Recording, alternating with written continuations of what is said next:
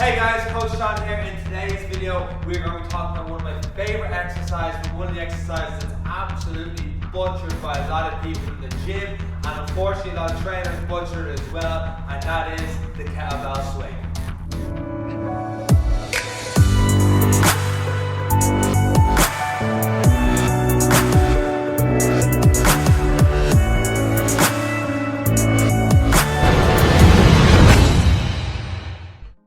Okay, so in this video, we're going to be talking about the kettlebell swing. We're going to be talking about the muscles they use. We're going to be talking about the 3 mistakes I see everyone doing when doing a kettlebell swing. And of course, in line with that, how to do a kettlebell swing correctly and other things, as well as what part of the program should you put the kettlebell swing in and how high should that swing go as well.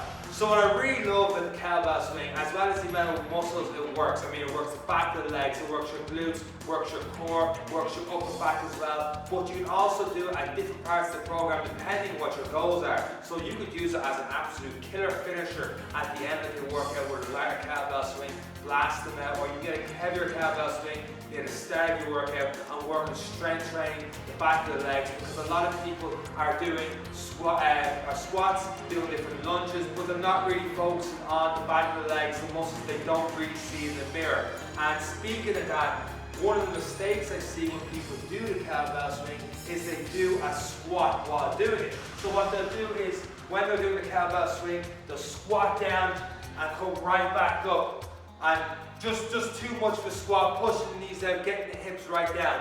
Doing the kettlebell swing is not a squat movement. It is a hip hinge movement. And by a hip hinge movement, it means we are going to be working the backs of our legs rather than the front of our legs. And to do that, it's a slight bend of the knees. The hip hinge pretty much is a slight bend of the knees, keeping your core, keep your spine neutral, core nice and tight.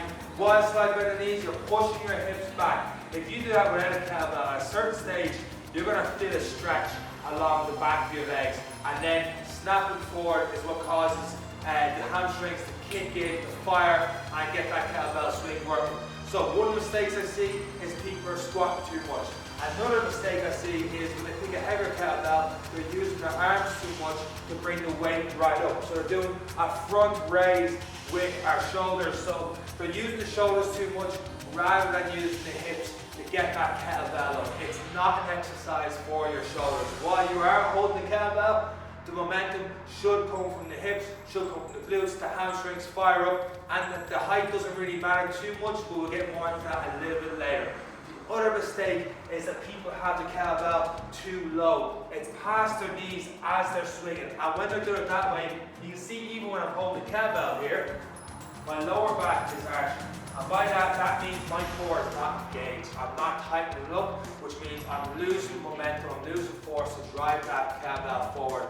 And that means, well, it could lead to an injury. So we need to keep that core tight. And usually I tell people to have the kettlebell a little bit higher than these when they're doing this exercise. Which, since we mentioned the 3 mistakes, I often see people doing the gym when doing the kettlebell. Let's talk about how to do the exercise right. So, I just talked with the hip hinge. Slight bend the knees, you are pushing your hips back. What you want to do is bring this kettlebell back as far as it'll go, and you're going to snap the hips out in front. So I'm not lifting up my arms. My arms are almost relaxed. I pull the shoulder blades back to engage my upper back, engage the lats a bit.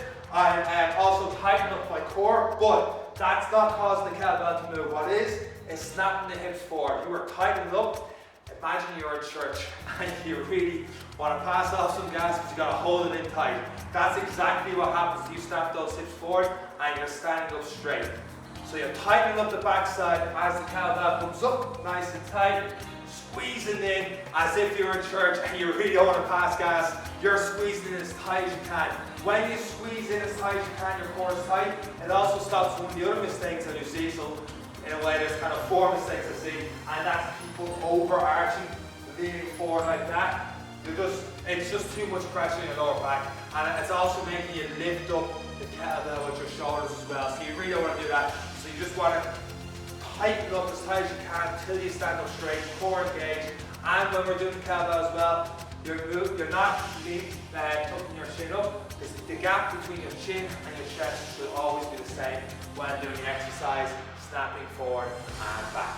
So let's talk about the weight you're going to use for doing the kettlebell. I talked at the start of this video of near the end of your workout. You probably go for a lighter kettlebell, blast out reps for 30, 40, 50 seconds, whatever it is. And the start of your workout, you can use a heavier kettlebell, and you're probably going to go for 10 to 15 reps, doing the exact same thing, slight bend the knees, right back, snapping forward, and back. Quick note, when the kettlebell gets pretty heavy and you're pretty advanced in your training, a lot of people like to have the kettlebell at the front, so they're kind of hiking like American football. So when you get more advanced in your training and you're using a really heavy kettlebell, some people like to hike the football back. They're doing American football, you know, or down low, and you throw it back to the quarterback. A lot of Irish people watching this know what. Anyway, it's called hiking the football. And what happens is they have the ball is going to say the kettlebell here, keep the back straight, you bring it right back, and then snap the hips forward, up, and now go from there. You'll notice the kettlebell didn't go up too high, then there's a heavier kettlebell compared to the lighter one.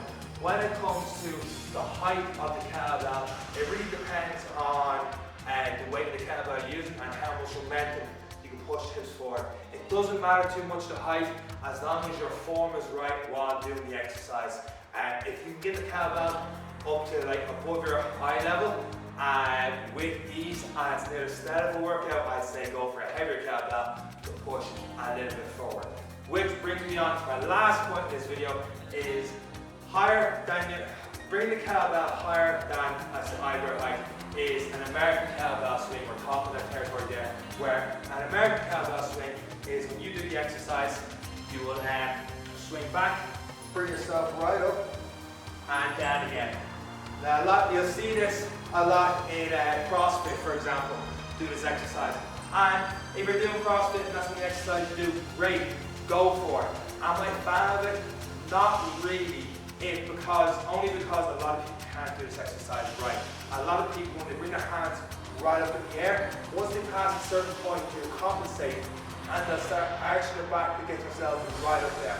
A lot of people struggle with that, bringing the shoulder blades right back, keeping the arms up and keeping the core nice and tight. They usually lose something getting them up to that height. If you could do it with perfect form and it's what you love doing, by all means keep going with the American Kettlebell Swing.